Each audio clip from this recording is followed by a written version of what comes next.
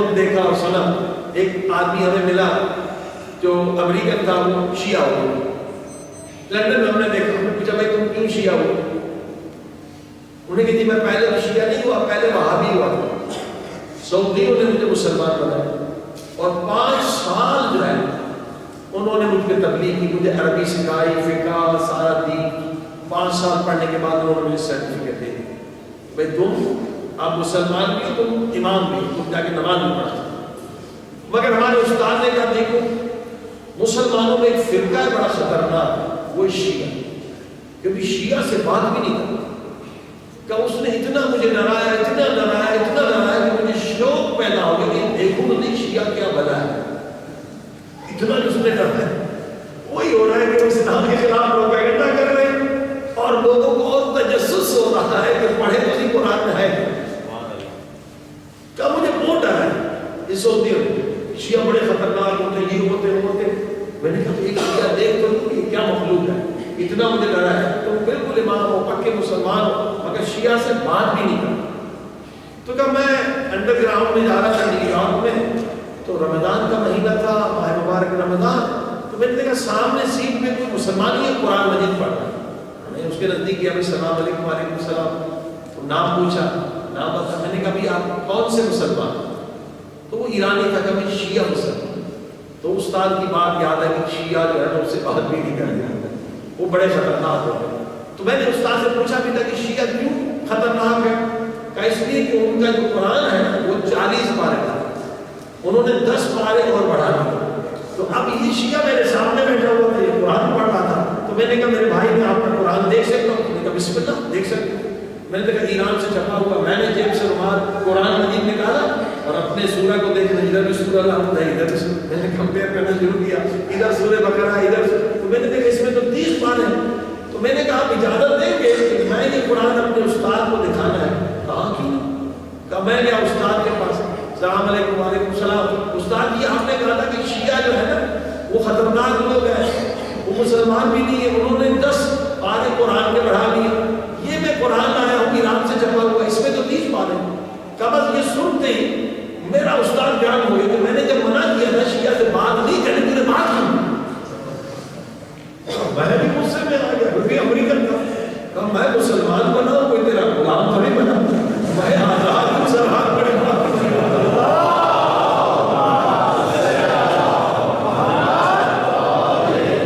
میں بھی غصے میں آ گیا.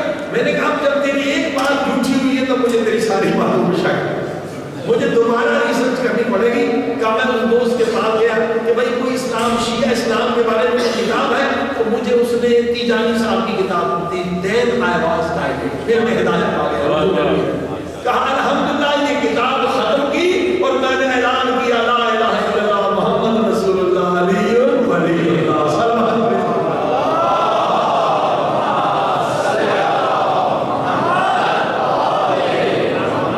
تو کبھی دشمن ہمارا کام کرتا ہے. دشمن کیونکہ وہم کے تابع ہے, وہ سمجھتا میں پروپیگنڈا کروں گا, لوگوں کو دور کر دوں گا. عزیزان کرام یہ وہم کے تابع ہے, عقل کے تابع نہیں. اگر دنیا عقل کے تابع ہو جائے, فتنے ختم ہو جائیں, جنگیں ختم ہو جائیں, جھگڑے گھروں میں ہوتے ہیں, فیملی میں ہوتے ہیں, سارے کیا وہم کی وجہ سے یا شیطانی وسوسے یا برے خیال سے. بات میں محمد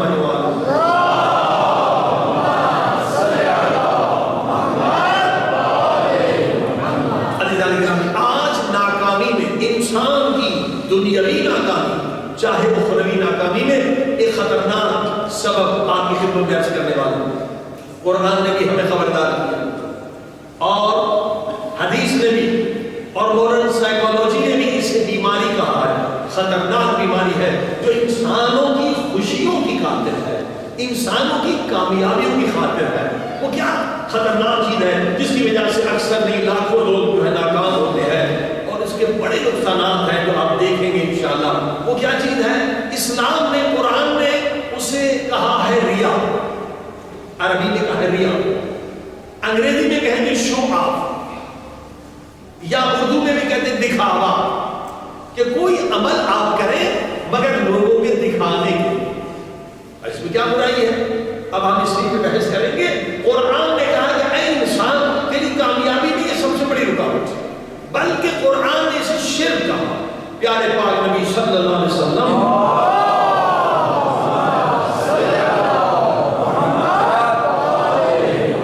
ایک دن بہت غمگین بیٹھے ہوئے ہیں، اصحاب کرام آئے، ہمارے ماں باپ فدا، آپ کیوں غمگین ہیں؟ رسول پاک نے کہا ایک زمانہ دیکھ رہا ہوں، اللہ نے علم غیب دیا نبی پاک عالم الغیب، اور قرآن میں آیت وَلَا يُلْهَمْنَا بِاللَّهِ مِنْ ابْتَدَى، اللہ یہ علم غیب ظاہر کرتا ہے ان بندوں پر جو مرتضی بنتے ہیں۔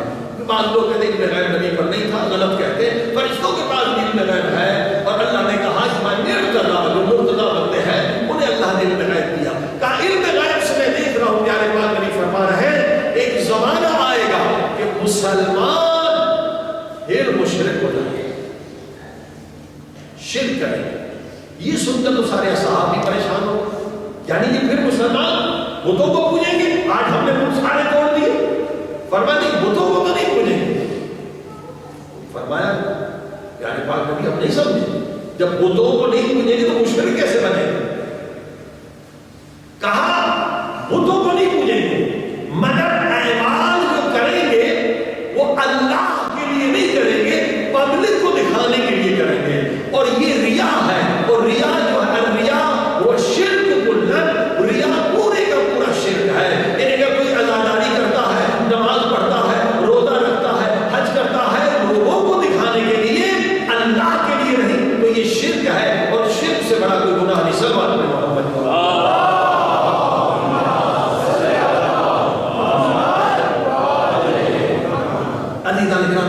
واقعاً آخرت بھی برباد ہو جاتی ہے، اور دنیا میں بھی انسان خوش نہیں رہتا، دنیا میں بھی انسان کو حقیقی خوشی نہیں ملے گی، حقیقی کامیابی نہیں ملے گی۔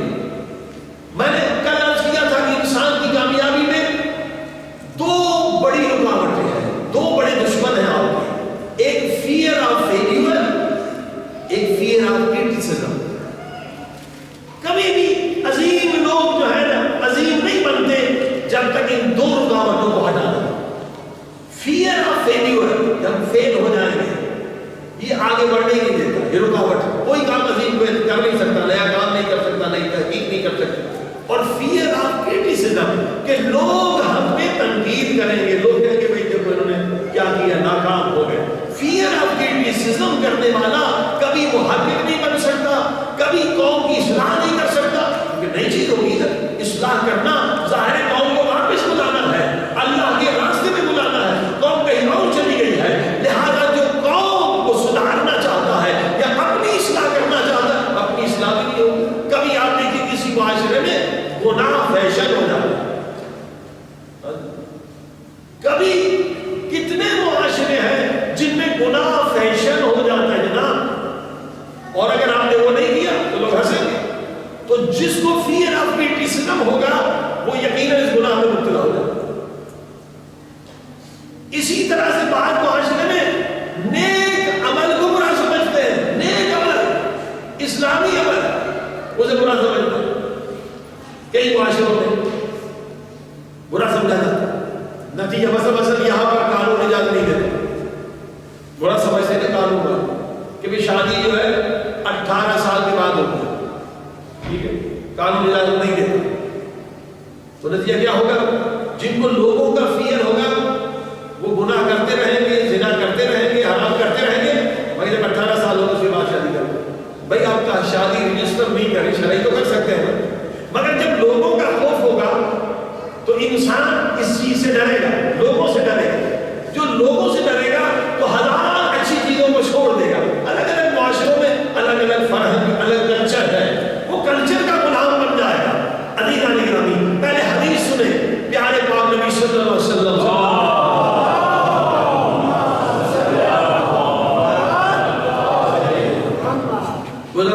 لوگ جمع ہے، پوچھا کیا بات ہے؟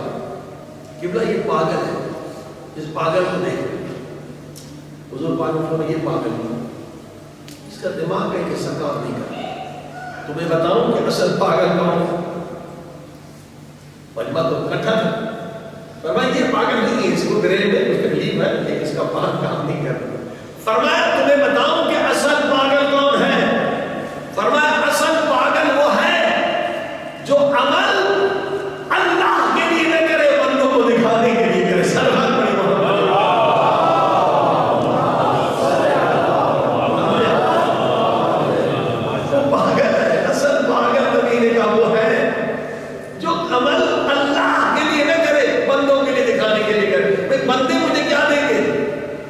بندے بیچارے اتنے میرے ہی طرح مجبور ہو اپنی موت کا پتہ نہیں کہ کبھی موت کب آئے. بندے کیا کر سکتے ہیں؟ مجھے ایک چھوٹے عذاب سے نہیں بچا سکتے. میں بندے کے لیے عمل کروں مجھے کیا ملے گا؟ اگر اللہ کے لیے عمل کروں گا سب کچھ ملے گا. اگر بندوں کے لیے کروں گا کچھ بھی نہیں ملے گا. عزیزان گرامی جو لوگ بھی بندوں کے لیے عمل کرتے ہیں وہ دنیا میں پریشان ہوتے ہیں. اب آپ دیکھیے اگر ماڈرن سائیکالوجی میں دیکھا جائے تو یہ نفسیاتی بیماری ہے, خطرناک بیماری ہے. یعنی آپ ہر ایک کے غلام ہیں, آپ آزاد نہیں ہیں. آپ نے ایک عمل کیا, ایک نے ٹوک دیا, آپ نے وہ ختم کر دیا. پھر آپ نے دوسرا اچھا کام کیا, دوسرے نے ٹوک دیا, آپ نے وہ بھی چھوڑ دیا. بچپن میں بڑی اچھی کہانی تھی, پتہ نہیں آپ لوگوں نے پڑھی یا نہیں پڑھی. وہ تھی کہ جناب دو باپ اور بیٹے تھے, مگر دونوں اسی طرح کے پاگل تھے. سلام نہیں محمد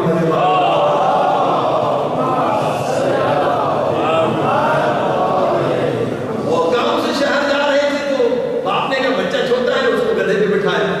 تو آگے بڑھے تو کسی نے کہا کہ اتنا بدتمیز بیٹا ہے کہ باپ پیدل چل رہا ہے, بیٹا صاحب گدھے پہ بیٹھا. یہ سن کر جناب بیٹا نیچے آ گیا اور باپ کو بٹھا دیا. پھر آگے چلے تو لوگوں نے کہا کتنا ظالم باپ ہے کہ چھوٹا بیٹا پیدل چل رہا ہے اور خود صاحب دیکھو گدھے پہ بیٹھے ہوئے. تو پھر دونوں گدھے پہ بیٹھ گئے. تو آگے چلے تو لوگوں نے کہا کتنے ماں بیٹ ظالم ہے کہ دونوں گدھے پر بوجھ ہوئے ہیں. بندے خدا اب سارے لوگوں کو راضی کیسے کریں گے؟ میرا جو کہانی تھی تو ان دونوں نے باپ بیٹے نے گدھے کو اٹھا دیا گدھے پہ اور گدھا کا ریور میں گر گیا. سلام علیکم محمد.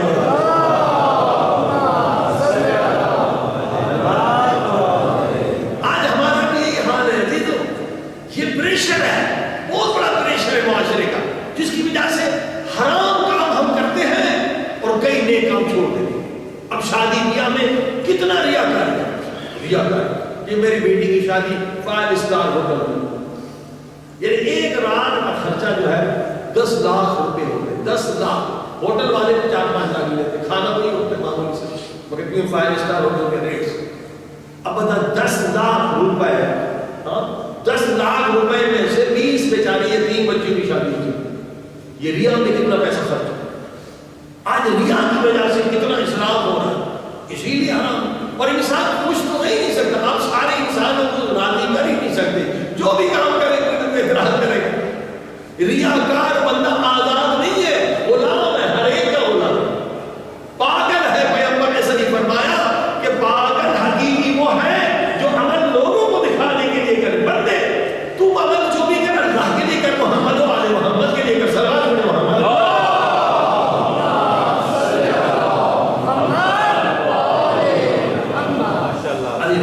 آپ دیکھیے گھر جو بنائے جاتے ہیں اس میں کتنا اسراف. اب بلڈنگ تو کھڑی ہو جاتی ہے, اصل جو خرچہ 10 گنا زیادہ ہوتا ہے اس کے سنگار پر ہوتا ہے, اس کے ڈیزائن پر ہوتا ہے. ماربل لگ رہا ہے, یہ لگ رہا ہے, رنگ لگ رہا ہے, یہ ساری چیزیں. شاہ ولو ایران نے جو ہے تو اپنا محل بنایا تھا, اس میں کموڈ جو ٹوائلٹ تھا وہ بھی سونے کا تھا. سونے کے ٹوائلٹ سے کیا بدبو ختم ہو جائے گی؟ دیکھا یہ دکھانے کا کوئی فلاں کا ٹوائلٹ بھی سونا. یہ سب ریاکاری ہے, یہ فرعونیت, دکھاوا. پتہ نہیں بعض لوگ مومن ہیں مگر وہ بھی جناب پورا ٹب جو ہے انہوں نے فیروزے کا بنا رکھا. پتہ نہیں فیروزہ چھوٹا ہی پتہ نہیں کتنا مہنگا ملتا ہے. پورا ٹب نہانے میں کیا زیادہ مزہ آئے گا ٹب میں, فیروزے کے ٹب یا سونے کے ٹب میں نہانے. یہ ساری ریاکاری ہے. اور اگر یہ لوگ دیکھیں تو ریاکاری سے کتنے غریبوں کا خون ان کے گھر کی دیوار سے ٹپک رہا ہے, ٹپک رہا ہے. اگر وہی پیسہ غریبوں کو دیتے پتا ہر دن کتنے بچے بھوکے مر گئے. اصل ایک انسان بھوکا نہ رہے اگر ریاکاری ختم ہو جائے. ریاکاری میں زیادہ پیسہ خرچ ہوتا ہے, انسان کتنا کھائے گا, کوئی مختصر کھانا. اصل جو ہے ریاکاری میں اسراف ہوتا ہے, ملینز ڈالر جو خرچ ہوتے ہیں یہ ریاکاری میں ہوتا ہے. گرامی اگر دنیا میں صرف مسلمان ریاکاری چھوڑ دیں, شادیوں میں اتنے خرچ ہو رہے ہیں. اچھے دیندار لوگ بھی ہم نے دیکھا انگلینڈ میں, دوسرے ملکوں میں, فرانس میں مذہبی لوگ ہیں, ان کا بھی جناب شادی کا خرچہ اتنا ہے کہ آرام سے 20 یتیم بچوں کی شادی ہوتی ہے. یا عیسائی دیکھیں, عیسائی آج تک نکاح جاتی چرچ میں کرتے ہیں, بالکل دین سے دور ہو گئے, پھر بھی نکاح ایک عبادت ہے. عزیزوں اس ریاکاری کی وجہ سے جناب, اب جناب ریاکاری ہے کہ جناب یہ کسی نے کہا یہ کیسی شادی ہے, شادی تو ایک مرتبہ ہوتی ہے, اس میں کم سے کم ڈھول تو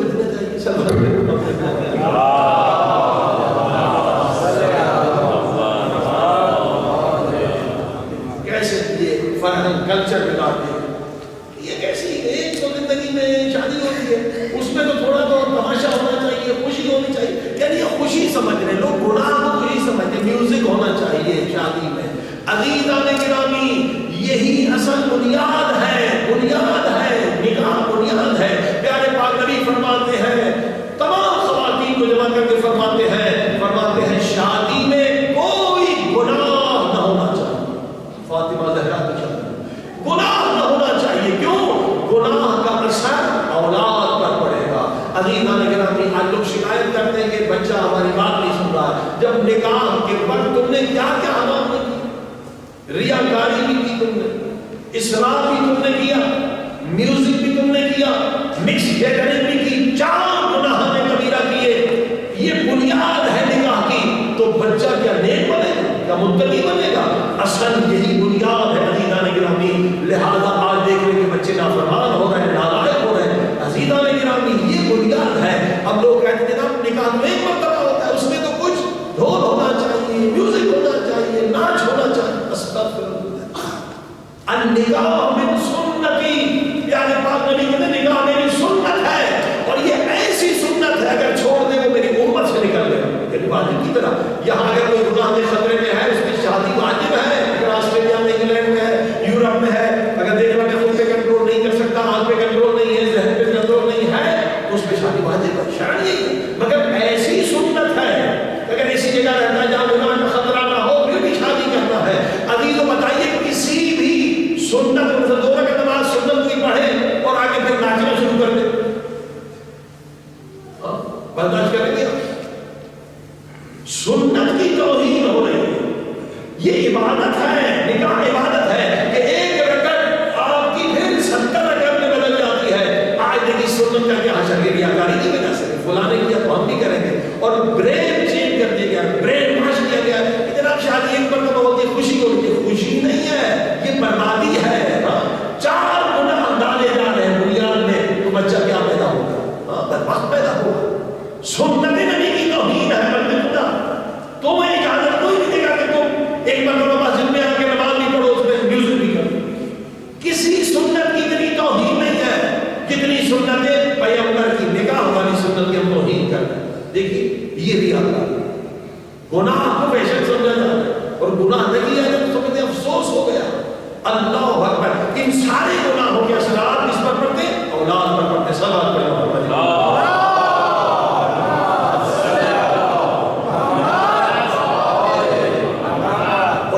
اسی ریاکاری کی وجہ سے جو واجب چیزیں وہ ہوتی نہیں. واجب کیا ہے؟ واجب ہے پیغمبر کا خطبہ, وہ کوئی سنتا ہی نہیں. کیسے ہنگامے میں سنے گا؟ پیارے پاک نبی کا پورا خطبہ ہے. شادی کے بعد یہ کہ ہر چیز حلال ہو گئی, بہت ساری چیزیں اب بھی حرام ہے. دولہے دلہن کا حرام, کسی کو پتا نہیں. حالانکہ 60-70 سال کے بوڑھے ہو جاتے ہیں, پتہ ہی نہیں. ایک بوڑھا آدمی بیچارہ میرے پاس کراچی میں آیا, بڑا ناراض ایک بولا تھا, بڑا غصے میں. میں نے کہا کیا ہوا بزرگ؟ یہ مولانا نئے نئے مسئلے لے کر آتے, کیا ہو گیا؟ 70 سال کا بوڑھا بہت غصے میں تھا. ایک مولانا, ایک مولانا کی میں نے سن کے میں نے 8 سال میرے بال سفید ہو گئے. کیا اس نے کہا مولانا کیوں ناراض ہے مولانا؟ وہ کہہ رہے ہیں کہ حیض میں اپنی بیوی پر نہیں کے پاس نہیں جا سکتے. کہاں لکھا ہوا؟ دیکھیے واجب مسئلہ, حرام اور واجب کو پتہ. میں نے کہا مولانا نے تو قرآن کی آیت کا ترجمہ سنا ہے. قرآن میں یسألونک عن المحیض قل هو اذى, خبردار حیض کے وقت تمہاری بیویاں تم پر حرام ہے. تو اس نے سب نیچے کر دیا. مجھے تو 70 سال ہو گئے, میں تو گناہ کرتا تھا. اب دیکھیے 70 سال کا بوڑھا گناہ کر رہا ہے, کیونکہ اس بیچارے کو پتہ ہے یہ چیز حرام ہے. پیغمبر کا خطبہ تک نہیں سنایا جاتا کہ کیا حلال ہے کیا حرام ہے.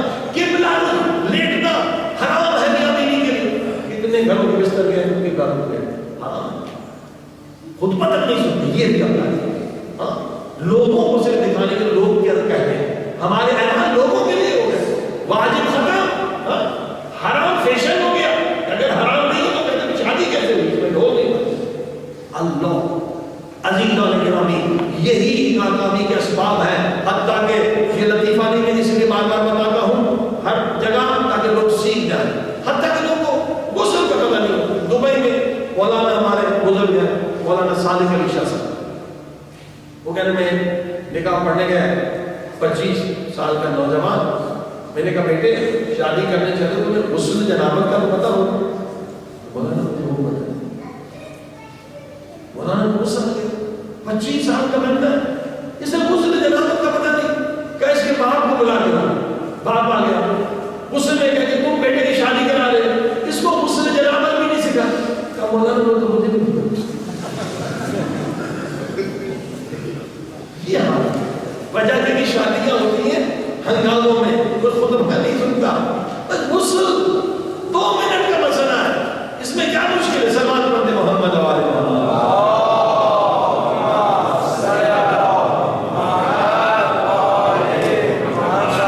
کیا مشکل ہے؟ کوئی مشکل نہیں، پورے بدن کو تیل وغیرہ صاف کر دیں، نیت کر دیں، غسل جنابت کر دیں، نماز کے نجاست دور ہونے کی، پاک ہونے کے لیے، اور واجب اور بدلہ نکل آپ نے سر دھو دیا، پھر کوئی حصہ خالی نہ رکھے سر، اور پھر رائٹ پورا سائڈ رائٹ آپ، حتیٰ کہ پانی کے پاؤں کے نیچے پانی جانا چاہیے، انگلیوں کے اندر بھی پانی جانا چاہیے، پورا رائٹ سائڈ پھر لیفٹ سائڈ۔ 2 منٹ بھی نہیں لگے آپ مسئلہ سیکھنے، یہ سارے مسائل سیکھنے کا مسئلہ ہے۔ ریاکاری نے آج تباہ کر دیا، خاندانوں کو برباد کر دیا، حرام میں مبتلا کر دیا، یہ ہماری کامیابی کی رکاوٹ ہے، ہماری خوشیوں کی رکاوٹ ہے، سکون نہیں ملے گا اگر ہم ریاکاری میں مبتلا ہوں گے۔ جو بھی عمل کرے اللہ پاک کے لیے کرے، محمد و آل محمد کے لیے کرے،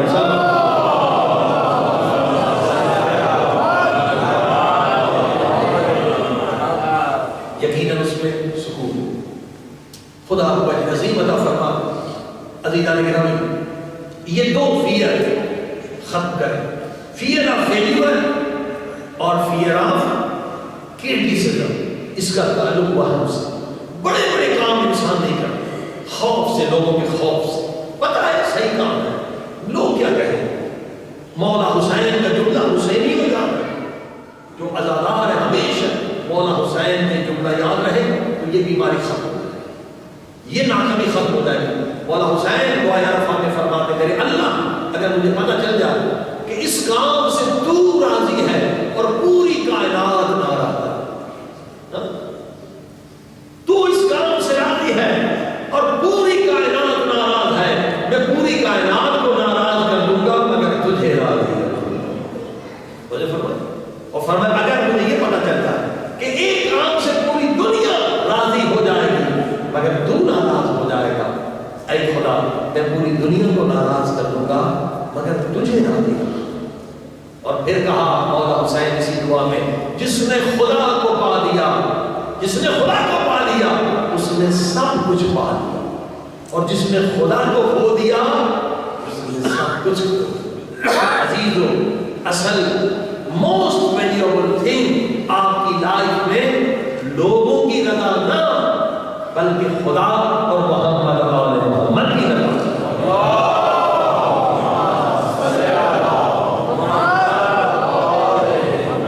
بہت سارے کام ہم کر سکتے ہیں مگر نہیں کرتے اسی fear fear of criticism, fear of failure, بالکل اس کی پرواہ نہ کریں۔ اب آپ اس وقت دیکھیے ہمارے پورے پاکستان میں قومی شہید کیے جا رہے ہیں، ٹارگٹ کلنگ ہو رہی ہے، وہ بیچارے مومنی کوئی جو ایک ہی راستہ ملا ہے وہ کشتی کا راستہ ہے، میں پتہ ہی نہیں کہ دوسرا بھی کوئی راستہ ہے، دوسرا بھی طریقہ ہے، یہاں آ گئے۔ اور اس وقت 2500 مومنی ہمارے، اور زیادہ ہزارہ کوئٹہ کے مومنی اور پارا چنار جو ہے وہ بیچارے کشتی میں غرق ہو۔ عزیز، ہماری یہ شرعی کوئی ڈیوٹی نہیں ہے کیا ہم ان کی جان نہیں بچا سکتے؟ شرعی ذمہ داری ہے، کیونکہ وہاں سے بڑے شہر بیچارے یہاں آتے ہیں ان کو ایک ہی طریقہ بنتے ہیں، 2500 اور وہ 15 لاکھ روپے بیچارے دے کر آتے ہیں، اور ان کی اس وقت کئی ارب روپے بھی مومنین کے چلے گئے، اور 2500 مومنین شہید ہو گئے۔ شاید ابھی تک کوئٹہ میں 2500 مومنین اتنے عرصے میں شہید کم ہو گئے، یہاں زیادہ شہید ہو۔ اب اس کا سمپل یہی طریقہ ہے کہ ہم کچھ سوچیں، فکر کریں کہ کیسے مومنین کی مدد کی جا سکتی ہے۔ اب لاسٹ ایئر ہم یہاں آئے تھے، کئی لوگوں سے بات کی، کئی طریقے ہیں کہ مومنین صحیح سالم آ سکتے ہیں۔ ایک یہ ہے کہ مومنین جو ایگریکلچر لینڈ ہے اور یہاں یورپ والے بھی لے سکتے ہیں، آپ بھی لے سکتے ہیں. اور ایگریکلچر لینڈ کا بہت اچھا فائدہ ہے کیونکہ یہاں لینڈ بہت زیادہ ہے. $1,000 ایک ایکڑ تو پاکستان میں بھی نہیں ملتی. اتنی زمین یہاں سستی ہے. اور اگر 20 ایکڑ 5 آدمی مل کے 20 ایکڑ 100 ایکڑ زمین لے لیں تو ہمارے کراچی کے مومنین نے پورا طریقہ بتلایا کہ 5 بیگھے مل سکتے ہیں، 5 مومن لائے جا سکتے ہیں. یہ ہے اصل عبادت جو کل آپ نے سنا کہ 600 مرتبہ قرآن میں آیا ہے الذین آمنوا وعملوا الصالحات. علماء نے کہا کہ عمل صالح صرف نماز روزہ نہیں ہے، کسی کی جان بچائی آپ نے. من احیاہا فکأنما احیا الناس جميعا. اگر ایک انسان کی بھی جان آپ نے بچائی وہ پورے کائنات کے انسانوں کی جان بچائی. یہ عبادت ہے. کسی مومن کی مدد کرنا عبادت ہے. اب آپ نے دیکھا ہر چیز کے لیے فارمولیز ہیں، اصول موجود ہیں. اور یہ اسلام یہ نہیں کہتا کہ کل بھی آپ نے سنا کہ سستی کے بارے میں کہا کہ مولانا نے کہا یہ عبادت، یہ کون ہے؟ اللہ والے. کہ اللہ والے کیا کچھ کام نہیں کرتے نماز پڑھتے نہیں. کہاں محنت مزدوری کرو. محنت مزدوری رزق حلال کمانا عبادت ہے. ربنا آتنا فی الدنیا حسنہ وفی الآخرۃ حسنہ. قرآن میں جتنی مرتبہ دنیا کا لفظ آیا اتنی مرتبہ آتا ہے. یعنی ہماری دنیا بھی بہتر رہے، ہماری آخرت بھی بہتر رہے. اس میں کہ بیسٹ انویسٹمنٹ ہے دنیا میں اتہاس زمین کا. کہیں بھی آپ زمین لیں، اچھی جگہ پڑھ لیں. ہم لوگوں نے ہماری ٹرسٹ امام زمانہ نے ڈیفینس میں زمین لی تھی، 10 لاکھ کی لی تھی. اس وقت اس کی ویلیو 1.5 کروڑ ہے. ہر جگہ یہ ہے.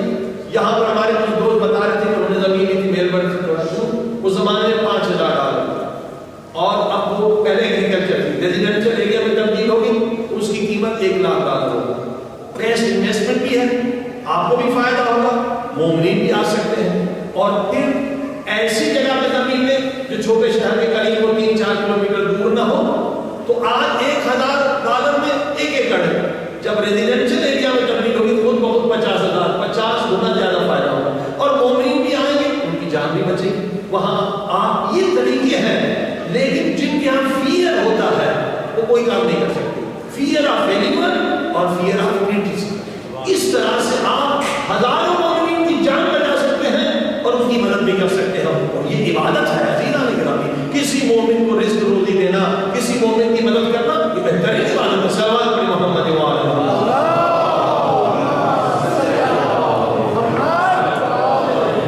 اور ان مجالس کا مقصد بھی یہ ہے کہ امام حسین کا عالمگیر جو پیغام ہے وہی پیغام جیسے عرض کیا کہ رونا عبادت ہے، رونا ہماری زندگی ہے. مگر رونے سے بھی آگے امام حسین نے منزل دکھائی ہے. اور وہ کیا ہے؟ وہ ہے انتظار امام زمان اجل اللہ.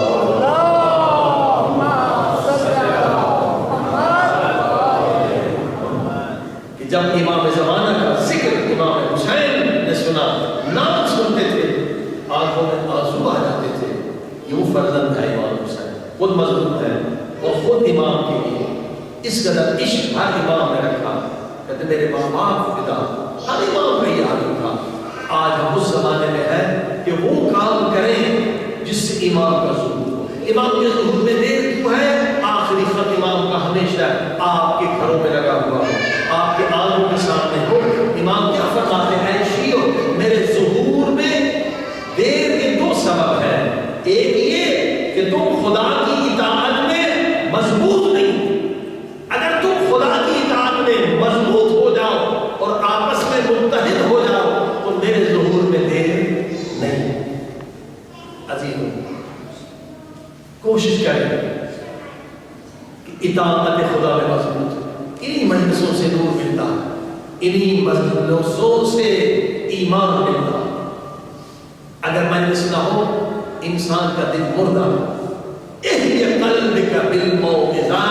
حدیث بھی ہے، پیارے پاک پاک نبی کا فرمان بھی ہے، مولا علی نے نقل کیا ہے.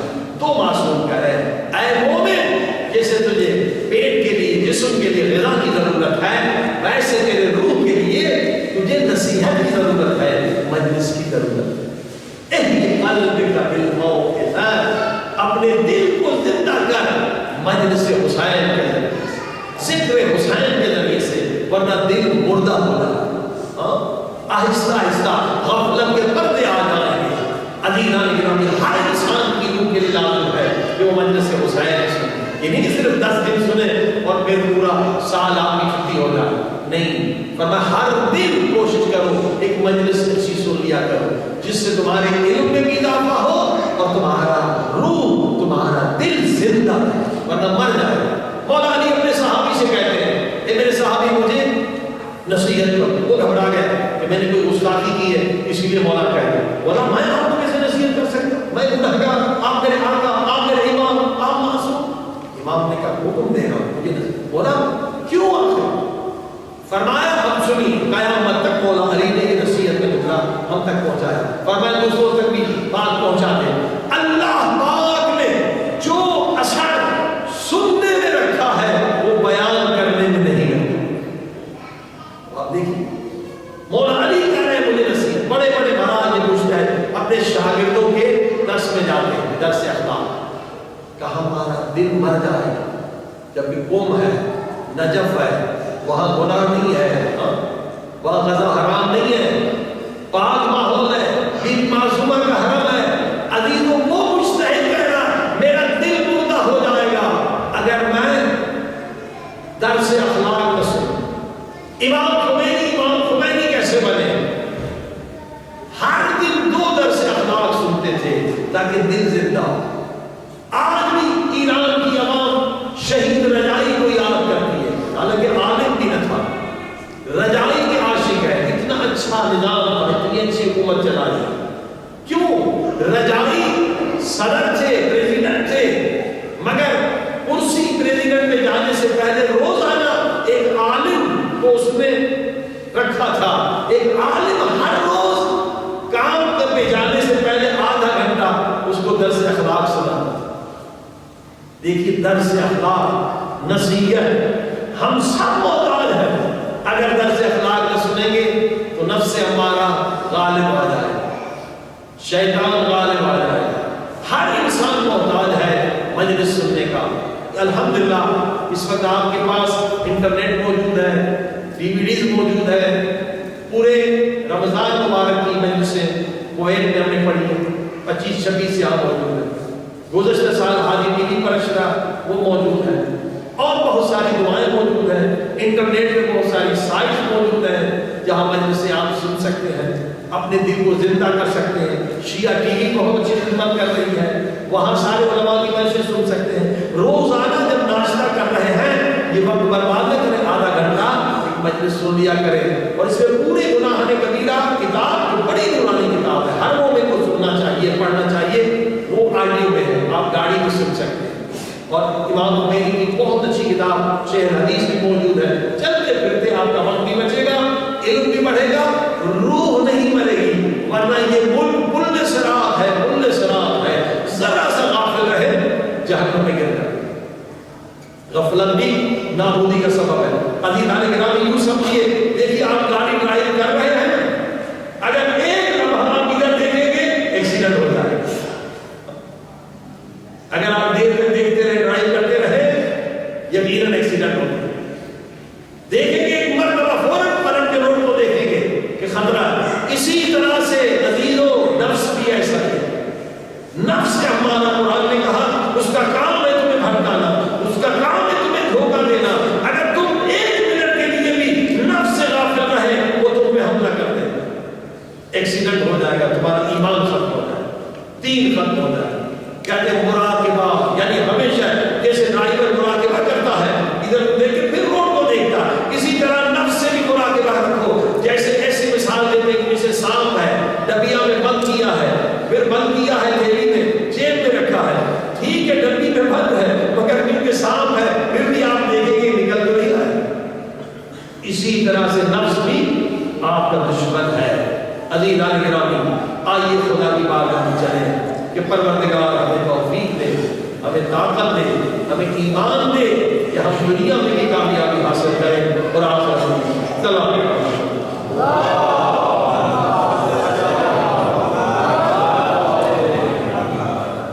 اللہم صلی علی محمد وآل محمد. مل کے صلو.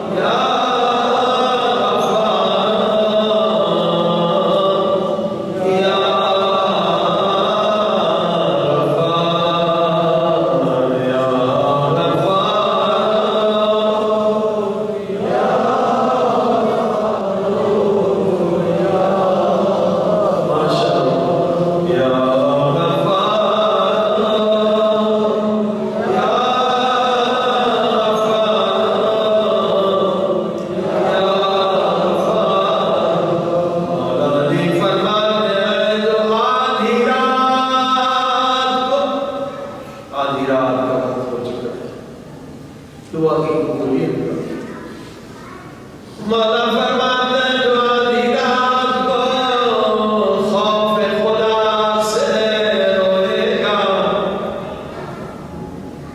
وہ قیامت کے دن رونے سے بچ جائے گا۔ پتہ قیامت میں گناہگار کیسے روئے؟ حدیث پاک میں گناہگار جب قیامت کے دن گناہوں کو دیکھے اس کی آنکھ سے خون بہے گا، رو کے کہے گا کاش میں دنیا میں توبہ کر کے آتا، کاش دنیا میں گناہوں پہ رو کر آتا۔ عزیز مگر حدیث میں قیامت کے دن خون رونا بھی بیکار ہے، کیونکہ اعمال نامے کی کتاب بند ہے۔ جو رونا ہے آج رو، جو زندہ ہے تو اعمال نامے کی کتاب کھلی۔ مولا علی فرماتے ہیں لوگوں جب تک زندہ ہو بڑے خوش نصیب ہو، اگر بیمار ہو تو بھی شکر کرو خوش نصیب، اگر زندہ میں ہو تب بھی خوش نصیب، اگر فقیر ہو تب بھی خوش نصیب۔ کیوں؟ اس لیے کہ تمہارے اعمال نامے کی کتاب کھلی ہوئی ہے، جتنے گناہوں کو مٹانا چاہو مٹا سکتے ہو، جتنی نیکیوں کو بڑھانا چاہو بڑھا سکتے ہو، مگر مرنے کے بعد تمہاری یہ کتاب بند ہو جائے گی۔ ایک گناہ مٹا نہیں سکتے، ایک نیکی بڑھا نہیں سکتے۔ مولا فرماتے ہیں کہ قبرستان میں چلے جاؤ، ان قبروں میں سوئے ہوئے بیچارے مرحومین سے پوچھو تمہاری کیا خبر؟ مولا فرماتا ہے کہ خدا انہیں بولنے کی اجازت ہے۔ سارے گنہگار مرحوم ایک آواز سے کہے اے کاش ہمیں ایک رات توبہ کے لیے مل جائے، ایک رات اپنے گناہوں کو مٹانے کے لیے مل جائے۔ اے مومن حسین کے صدقے میں اللہ پاک نے 10 راتیں عطا کی ہے، تاکہ گنہگار اپنے گناہوں کو مٹائے، اعمال نامہ صاف کر دے، سب مل کے یا ارحم الراحمین،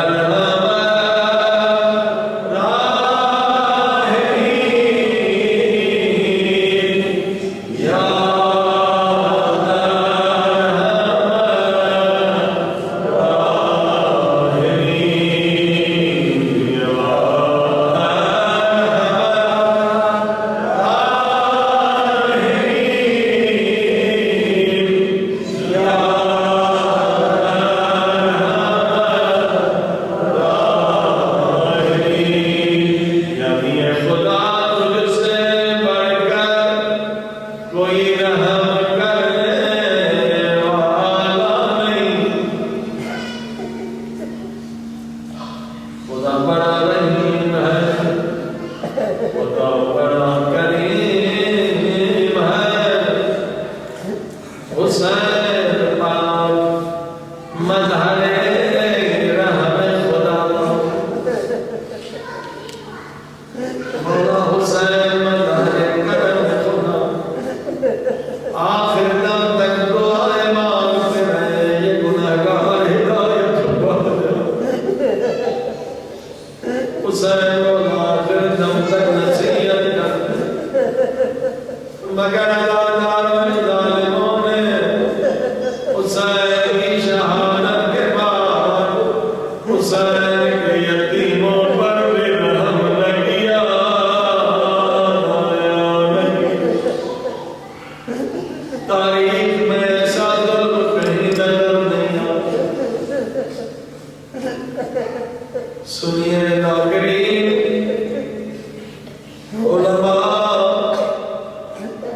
جتنے مسائل بتاتے ہیں وہ کم ہیں، اہل بیت میں مصیبتیں زیادہ ہیں۔ آئے جب خیر میں جل گئے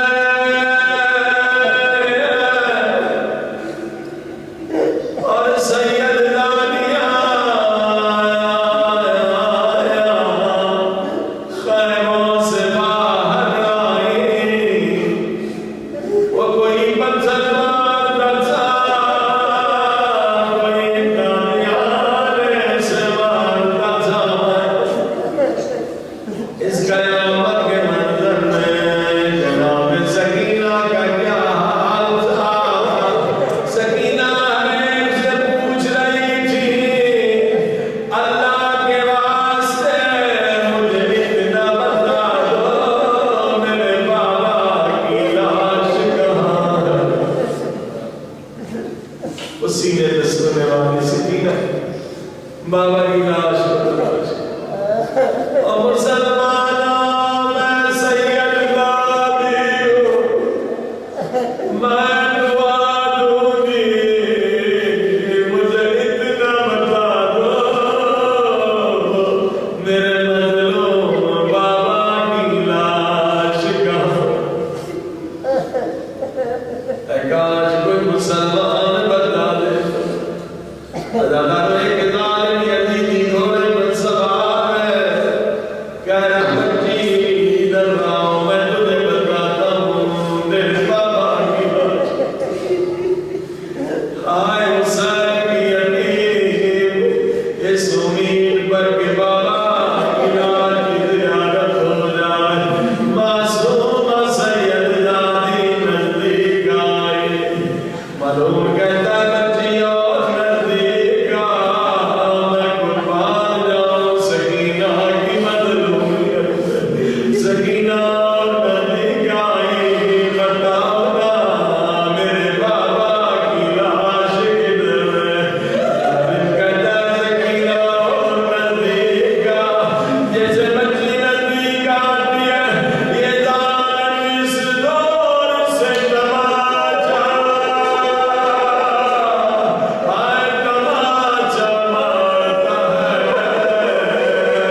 بچی جا کے زمین پہ گرتی ہے۔ قرآن کی آیت ہے، اما الیتیم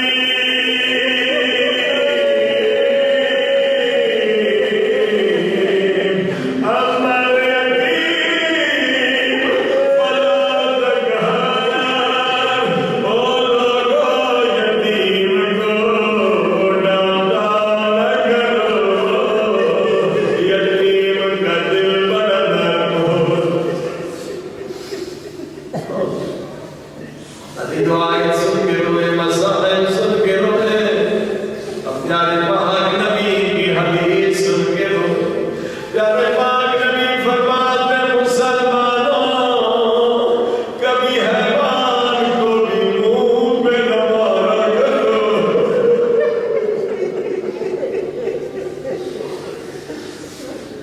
اے مسلمانوں کبھی حیوان کو بھی منہ پہ نہ مارا کرو۔ اے ظالم یہ نبی کے نواسے کی بیٹی ہے، یتیم بھی ہے، سید دادی بھی ہے، تیر دل کی پیاسی بھی ہے۔ علی تو ایسا ظلم کیا، جناب سکینہ کے صبر پہ قربان۔ سکینہ کو ظالم نے زور سے تماچا مارا، بچی جا کے ڈر۔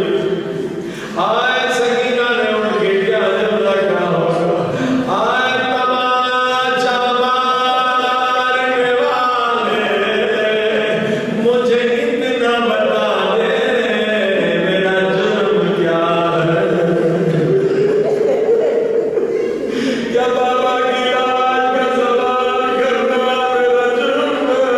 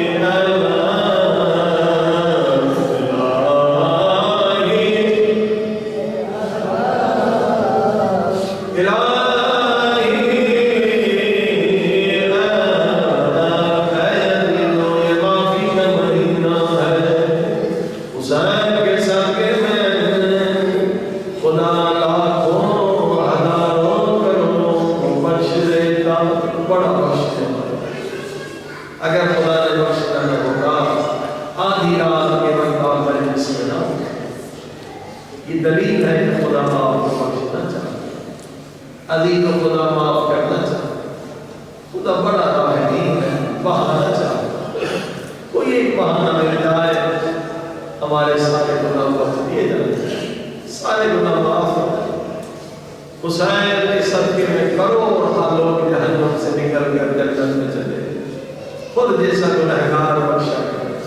یقیناً آج بخشش کی رات ہے، خدا کو واسطہ دے، خدا بڑے بڑے گناہ بخش دے گا. مولا حسین سے او میرے اللہ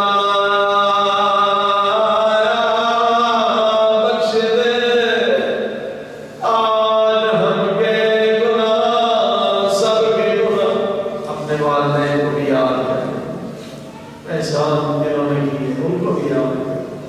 او میرے اللہ بخش دے ہمارے والدین کے گناہ، جن کے والدین دنیا سے گزر گئے، میرے والدین کے گزر گئے، انہیں بھی یاد کریں. جنہوں نے احسانات کیے انہیں بھی یاد کریں. اور میرے اللہ سارے مومنین کے گناہ بخش. ایسا واسطہ دے کسی کی دعا نہ. او میرے اللہ تجھے واسطہ اس شہید کا اور جس کے دائیں دم کی پسریاں بائیں طرف نکل گئے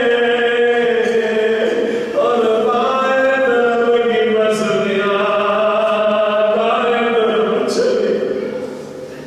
آج حضرت قاسم کا واسطہ لے کر تمہیں قبول کر.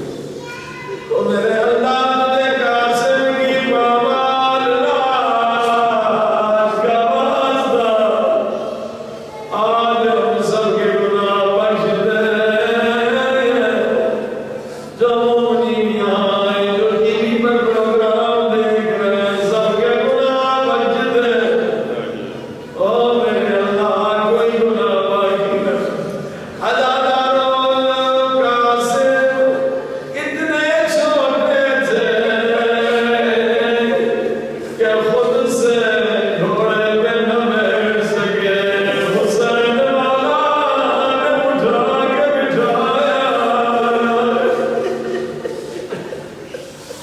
مگر چھوٹے ہیں تو کیا ہوا ہے، ڈرے کرار کے ہوتے ہیں.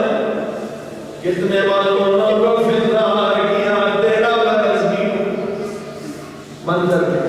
قاسم کی نظر لشکر یزید میں ہے اور حسین مولا ریت کے ٹیلے پر ہے. حسین مولا کی نظر قاسم پر اور